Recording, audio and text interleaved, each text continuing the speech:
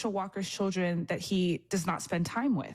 One of the first events that Walker had right after the story was first published a few weeks ago, he went to a Baptist megachurch in Metro Atlanta. Press were not allowed inside this actual event, which was billed as a prayer luncheon for Herschel Walker. But according to some readouts that we got from people who actually attended, Mr. Walker was met with a hero's welcome as soon as he walked into this luncheon. He got a standing ovation, and people prayed for the success of his campaign and for his strength in the face of what they saw was an outright attack on someone who they believe is a good man who is being unfairly targeted for aspects of his personal life. And I think it's important to remember here that while Mr. Walker's behavior might run counter to what their beliefs are religiously, there are also those religious conservative voters who still believe that even if Mr. Walker is a flawed candidate, if he is elected to the United States Senate, he will uphold conservative Christian principles. Right. And this is a compromise we saw many religious conservatives make when it came to Donald Trump in 2016. Right. And so I was curious about how some of these voters, the types who might not necessarily come to a church and pray over Herschel Walker, but were still deciding whether to support him, might feel at this stage of the campaign. So I and our colleague Robert Jemison went to a farmer's market in the Atlanta suburb of Alpharetta, about 30 miles north of the city. And we talked to a number of different kinds of voters.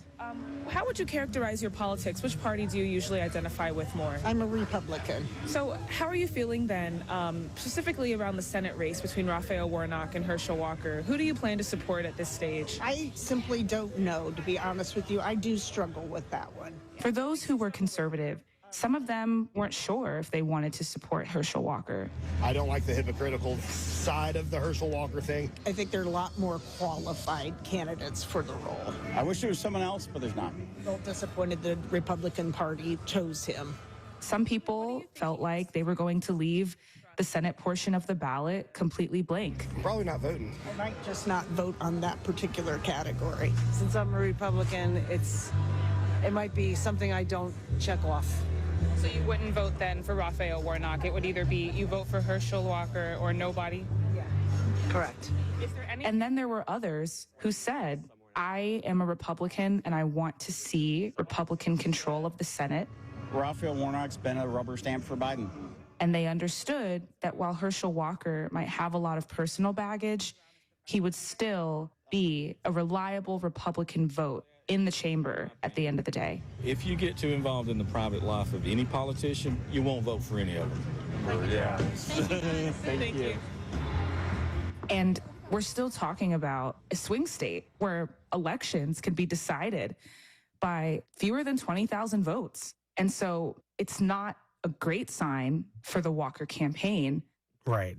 So I want to return to the very beginning of our conversation because it was about a tough decision that Republicans had to make in a swing state. Gary Black said, if you pick Herschel Walker, this race will become all about Walker. That has very much happened. And it seems it has happened to the detriment of Republicans, and it has made this more of an uphill battle than perhaps it needed to be. Every moment that voters spend thinking about Herschel Walker's past and background is a moment that Republicans wish they would spend thinking about Joe Biden and the economy instead. These are the backroom conversations that conservative strategists are having when they express their concerns about just how well Walker might perform in November. And so it's clear that Walker's damaging reports, his performance over the last several months, is bringing back some pretty painful memories for Republicans in Georgia who fear that they may have sabotaged themselves, that they may have traded in political viability for celebrity. Well, Maya, thank you very much. We appreciate it. Thank you.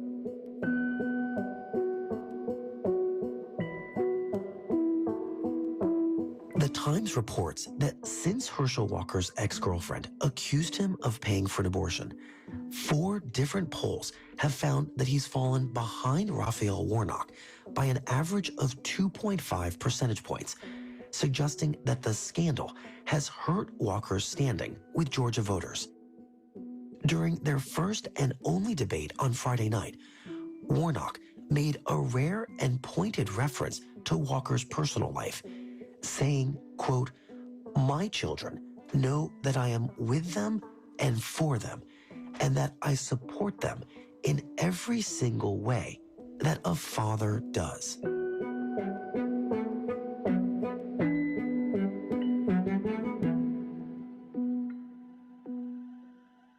The Daily is supported by Amazon Business. From small business to big enterprise and everything in between, Amazon Business is dedicated to simplifying the process of buying supplies. And by Magoosh, online test prep for GRE, GMAT, SAT, ACT, and more. From self-paced to live courses, Magoosh offers many ways to prep smart at magoosh.com. Get the story firsthand with The Daily, distributed by American Public Media. The Daily is powered by...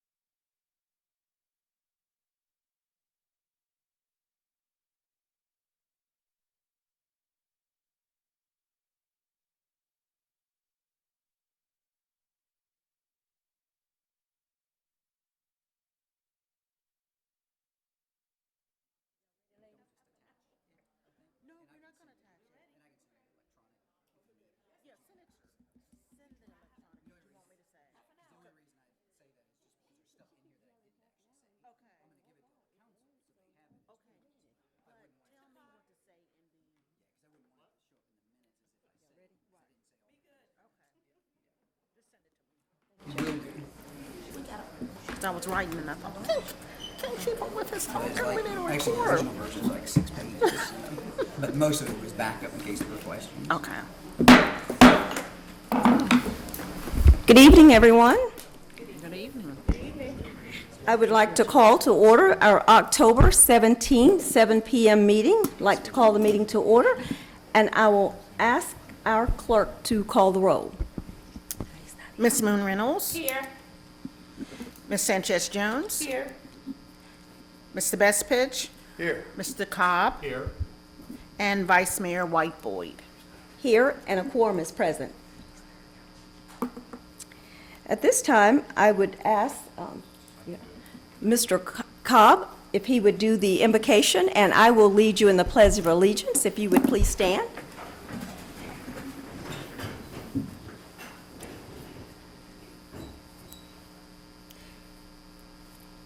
O God, in the spirit of your presence, I offer this prayer written by John Wesley that says, "Do all the good you can, by all the means you can, in all the ways you can, in all the places you can, at all the times you can, to all the people you can, as long as ever you can." Amen. Amen. Pledge allegiance to the flag of the United States of America and to the republic for which it stands, one nation, under God, indivisible, with liberty and justice for all. Thank you, Mr. Cobb. Pinching for me. Again, I just want to say welcome to our 7 p.m. meeting. And I would like to bring your attention to my colleagues who are wearing pink. Yes, we are all wearing pink. And Mr. Bestpitch is also wearing yellow and blue so that we not forget our friends in the Ukraine. So thank you, Mr. Bestpitch, for continuing to do that. But this is Breast Cancer Awareness Month. Betty Ford decided in 1975, after she was diagnosed with breast cancer, to do, when she was First Lady, to do a week. And it has since become a whole month, and that is because of the importance of bringing breast cancer awareness to all of us. So again, that's why we're wearing pink tonight, and we want to continue to try to enlighten. Did we just, Mr. Let's invite him up. Well, Mr. Flores, I'm sorry, you're just a tiny bit late. We've done the invocation, but would you like to come on up and do another one and bless us again? We could use it right here. We'll stand again and we'll have another invocation. The city needs it. Thank you. Dear God, be with us this day and let your presence be known by open minds, by open hearts, and by open ears. And may the primary focus this evening be on that which is in the best interest of those in greatest need and in service of the greater good. And may those assembled here this evening recognize the difference between truly listening and simply hearing. God bless all. Amen. Amen. Thank you, Mr. LaFlores. It's good to see you again. Moving on our agenda to item 14, presentations and acknowledgments. We have none. And item number 15, we'll start our public hearings. Number 1 is a request of Carillion Clinic Properties, LLC, to close by vacating an approximately 50-foot wide by 260-foot long portion of Highland Avenue Southeast with an approximate total area of 13,084 square feet, running west from Williamson Road Southeast to a dead end and being adjacent to property located at 927 Williamson Road Southeast. Curtis Mills Jr., Senior Vice President, is the spokesperson. And Mr. Mills, you're welcome to come up and have some comments or remarks, or you can just wait and see if there's any questions. Whatever you like to do, I'm here. Well, we'll see. There is one measure, there's an ordinance. Move the ordinance. Madam Clerk, could you read the title paragraph? An ordinance authorizing the alteration and closing of certain public right-of-way in the city of Roanoke, 50-foot wide by 60-foot long portion of Highland Avenue Southeast, running west from Williamson Road Southeast to a dead end, as more particularly described hereinafter, and dispensing with the second reading of this ordinance by title. And I will note that the City Planning Commission recommends approval of this measure. And you want to stand by, Mr. Mills, for any comments or questions? I will go ahead and open the public hearing. Are there any citizens, Madam Clerk, wishing to be heard? No, not on this matter. I will close the public hearing. Are there any questions or comments by council? Mr. Mills, I think we're done. There are no comments or questions, so I'll ask the clerk to call the roll. Ms. Moon Reynolds? Aye. Ms. Sanchez Jones? Aye. Mr. Bestfitch? Aye. Mr. Cobb? Aye. And Vice Mayor Whiteboy. Aye. And the ordinance passes. Thank you, Mr. Mills. We'll put it to good use. Item number 2, a request of Phoenix Partners, LLC, to one rezone property located at 3529 Franklin Road Southwest from Commercial General District to Commercial Large Site District, and 2, to place proffered conditions on property located at 3529 Franklin Road Southwest and a portion of property located at 3531 Franklin Road Southwest, respectively, so that the properties as listed above are zoned Commercial Large Site District with conditions. And R. Neil Cassie Jr. Is the spokesperson, and there is one measure, and it is an ordinance. Move the ordinance. Second. Madam Clerk, could you read the title paragraph? An ordinance to one rezone property located at 3529 Franklin Road Southwest, official tax map number 5500118, from CG Commercial General District to CLS, Commercial Large Site District. And 2, place profit conditions on property located at 3529 Franklin Road Southwest and a portion of property located at 3531 Franklin Road Southwest. Official tax map numbers 5500118 and 5500124 respectively, so that the properties as listed above are zoned CLS, Commercial Large Site District with conditions, and dispensing with the second reading of this ordinance by title. I will note that the City Planning Commission recommends approval of this measure. And I can recognize you now, Mr. Cassie, for any comments, or you can wait to see if there are any questions after we open the public hearing. Mrs. Vice Mayor and honorable members of council, we're pleased to be here to have this rezoning that will allow a new tenant headquarters for the Ridgeview Bank, which will be a nice new office building on that corner where the Red Lobster used to stand. It will be replaced. It's a multi-million-dollar investment, probably around $8 million. Plans to hire 50 employees in the area. And without this zoning, to make it one zoning, it would have a split zoning, which would deter development and also make financing impossible for the developer. Thank you. At this time, I will open the public hearing. Madam Clerk, do we have anyone signed up to speak on this measure? No, we do not. I will close the public hearing. Any comments or questions by members of council? Well, in that case, I will ask our clerk to call the roll. Ms. Moon Reynolds? Aye. Ms. Sanchez Jones? Mr. Bestfitch? Aye. Mr. Cobb? Aye. And Vice Mayor White Boyd. Aye. And the ordinance passes. Thank you, Mr. Cassie. Item number 3 is a proposal to amend the city's Enterprise Zone 1A to add 13.6 acres into the zone. Our spokesperson is Robert S. Cowell, our city manager. And there is one measure, an ordinance. Move the ordinance. Second. Madam Clerk, could you read this title paragraph? Yes.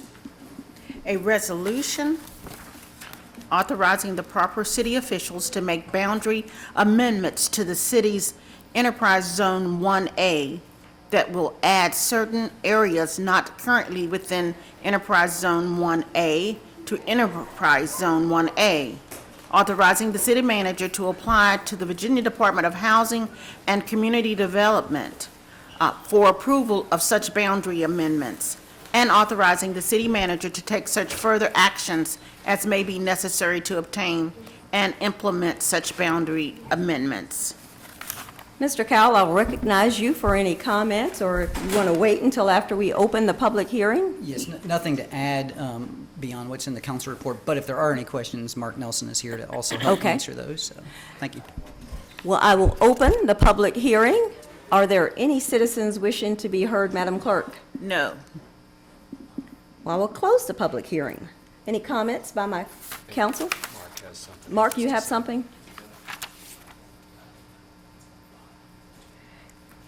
I think we will have a correction. Do we need to correct the ordinance? Yes. Do we need a motion to correct it? If we could. Madam Vice Mayor, I noticed the number that you called out was approximately 13 acres. We're actually adding 11.75 acres. Just wanted to make sure we were accurate. I'll move that amendment, Madam Vice Mayor.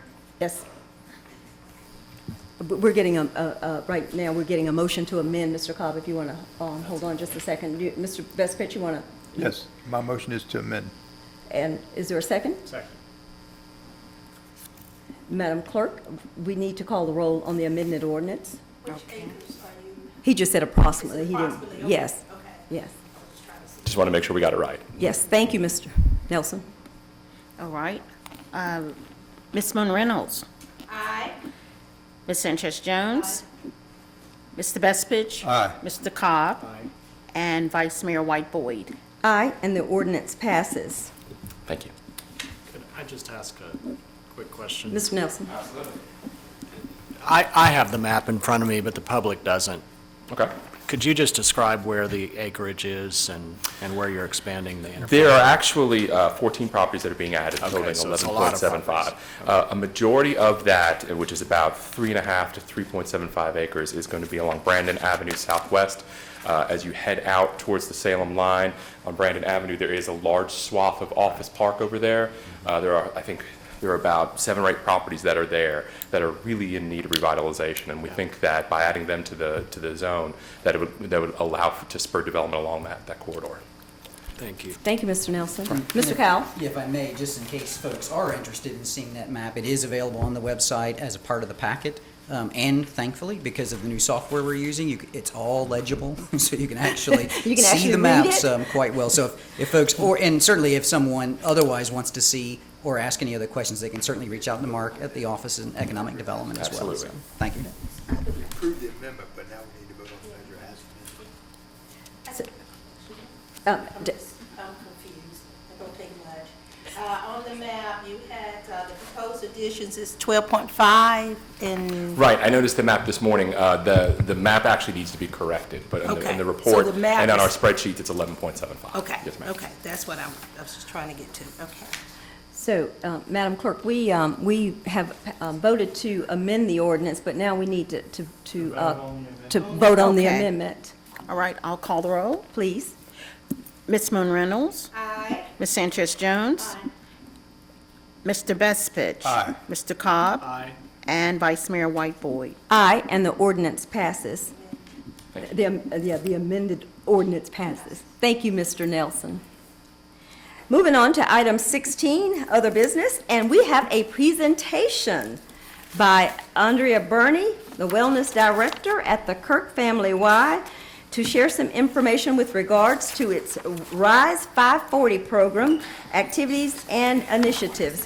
That was sponsored by Mayor Lee and myself. And Andrea, do you have a thumb drive for the presentation, or are you just going to do a? Okay, you do? Okay, you can just put it in the side of this laptop right here. You need some help doing it? Oh, you send it in? Oh, it send it in who? Where's our, is Angie in here?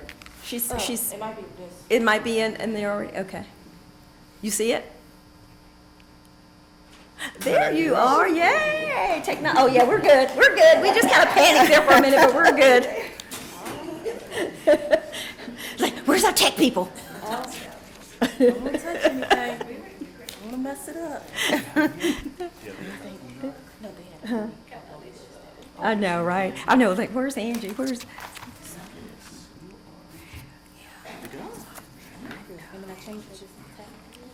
You should be able to just hit the right arrow.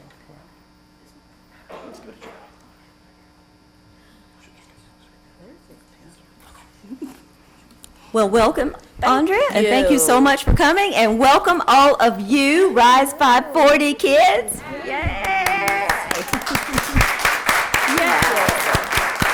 Love the shirts, love the shirts. You're on fire. All right. Okay. Good evening, Vice Mayor and members of the council. Thank you for allowing us to come and speak about RISE 540 program. Londra Burney, the Wellness Director at Kirk Family YMCA.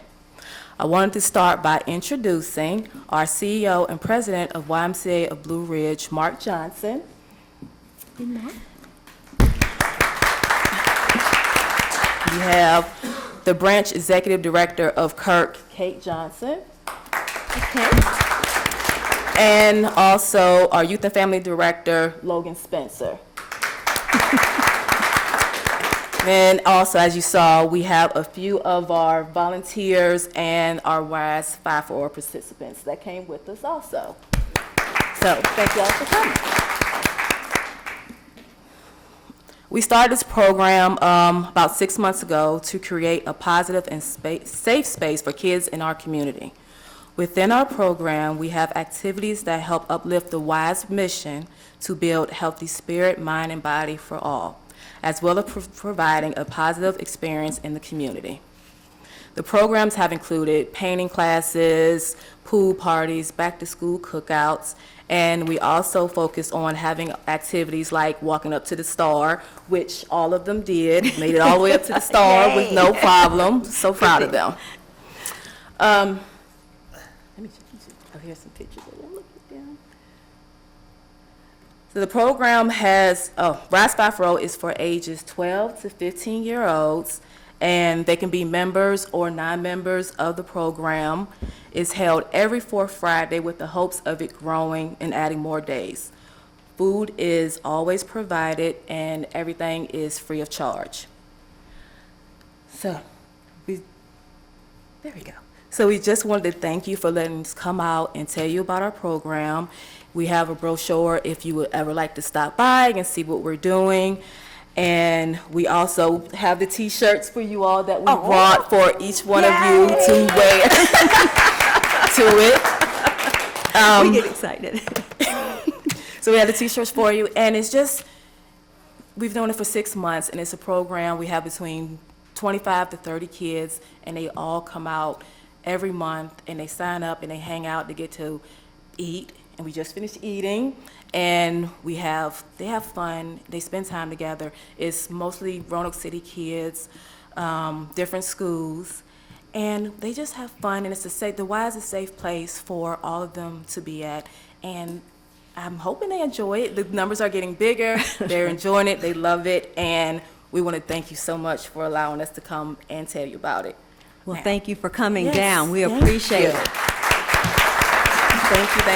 Thank you. And just hang on, just in case there are questions. Do we have any questions or comments from Mr. Bestpitch? Yes. Well, thank you, Madam Vice Mayor, and thank you, Andrea, for bringing these young people down here. It always brightens up our meetings to have folks like this come and be with us. And I always like to remind the young people that the adults who are doing this program are doing it for one reason, because they care about you and they want to see you have a positive future. They're not your parents, probably not related to you at all, so they don't have to care about you, but they do. And I want you to add 5 more people right up here to that list of people who care about you and want to see good things happen in your lives. Never forget it. Thank you, Mr. Bestpitch. Anyone else? Mr. Cobb? This is totally spontaneous. Yes. But if you have a couple of youth that would like to come up and just tell us what they love about this program, that would be really cool. We have a volunteer. Yes, come on up. This is Damien. This is Damien. Damien has been coming to every single one of our programs since April. Hi. This is the best program I think I've ever been to. Ever. Out of the 12 years of my life, this is... That's amazing. Everybody's friendly. Everybody's accepting of you any way that you show up in the world. So, yeah. Thank you. Thank you. Do we have another volunteer? Kevin. It didn't take much. Okay. And this is Kevin. Kevin has also been coming to all of our programs for the whole 6 months also. Hi, Kevin. Hello. I'd like to say a few things. Sorry, I'm a little bit stage fright, but hold on, what was I gonna say?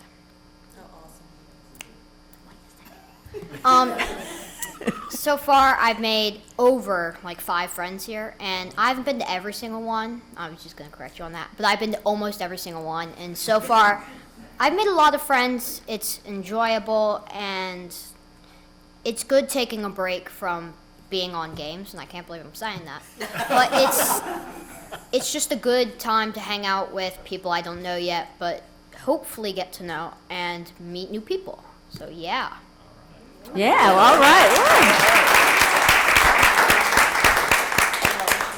Yeah. Well, do we have another one? Oh, well, I just wanted to say. We do.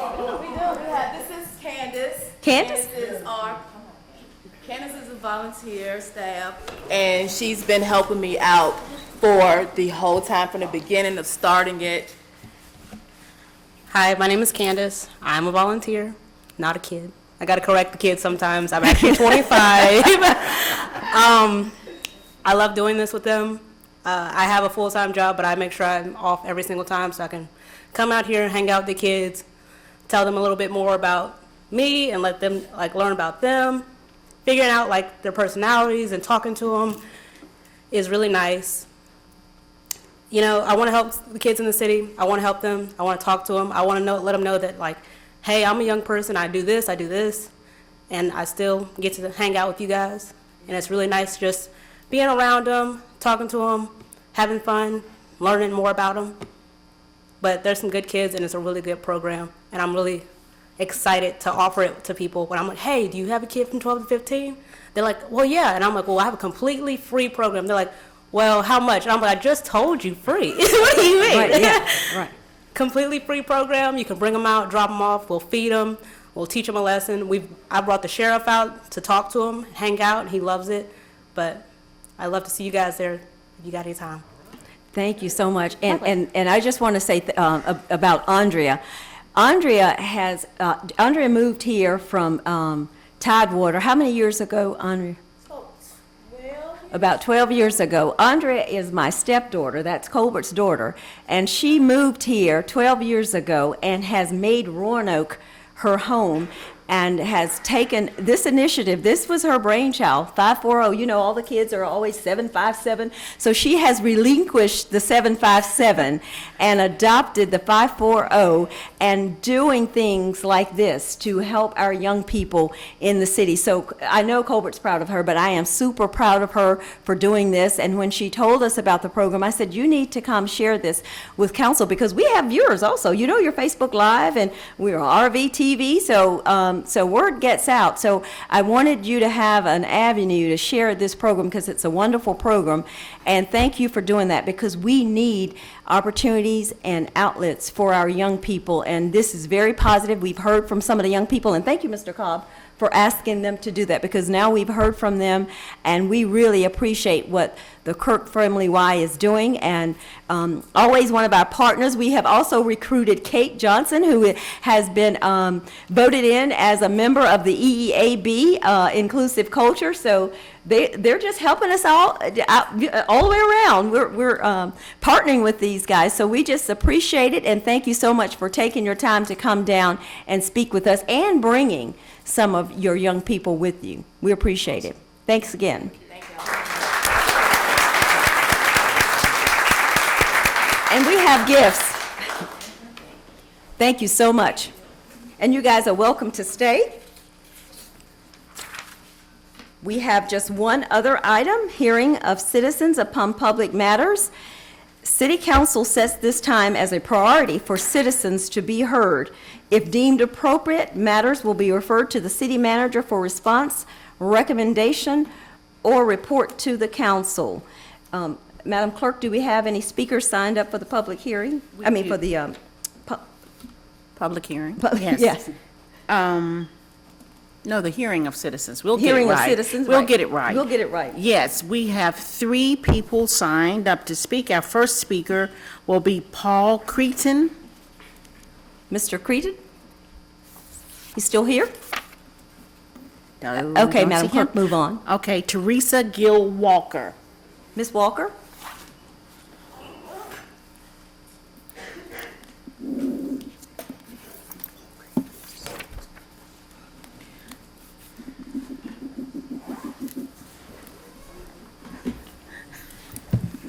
Good evening, City Council, Vice Mayor, City Council members, Roanoke citizens.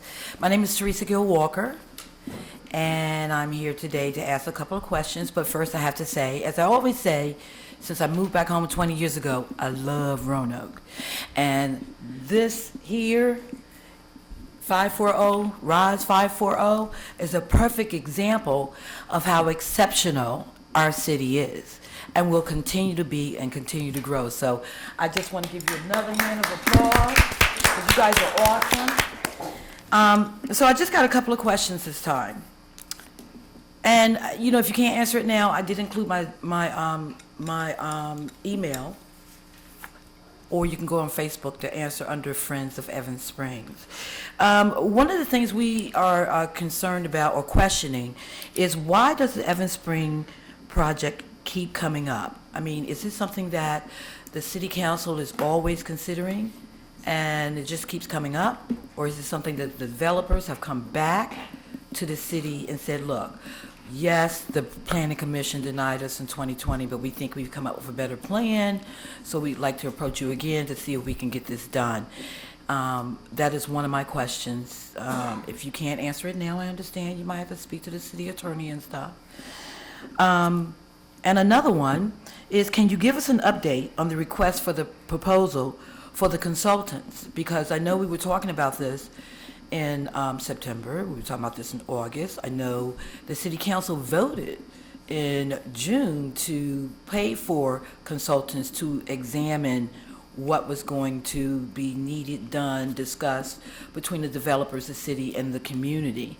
So it's been since June. We were really discussing it in August. It's October. Have you guys heard anything? Have you chosen anyone? Is there anyone in the running? I would let her finish, and then Mr. Cowell can respond. Those are my two questions.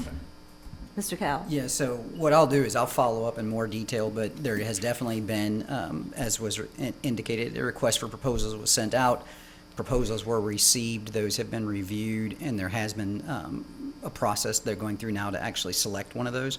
So I can actually send out information to you that gives you kind of the That would most be update. awesome. And Sure. they are going to meet with our community as well, correct? Absolutely. That part of the effort is to actually engage with the community in the effort that's going on. Excellent. And to your first question, yes, part of the reason why we actually engaged went through the RFP process to engage with the consultant is the landowners of the property in question have continued to express an interest in actually developing something. The city had indicated in the conversation with them that the best chance to do that was actually going to be engaged in a conversation with the full community as they went forward. So, but that's why it's back again, Okay. is the So, landowners have requested that. If you don't mind my asking another question, I know I'm running out of time. When they came back to you this time, did they come back at you with a different plan? Or There is no plan. That's the idea. They just want to is- develop. Correct. They want to do something with their property. Right. The idea of the RFP and to select the firm is Okay. to actually work with everyone to see if we can come up with a plan for Okay. development. So, yeah. All right. And I'll send you more details. I in your email. appreciate that. I appreciate that. And you have my email. And I appreciate you guys listening to me and supporting us as citizens of the city of Roanoke. And may you have a wonderful, blessed rest of the week. Thank you. And thank you for coming down.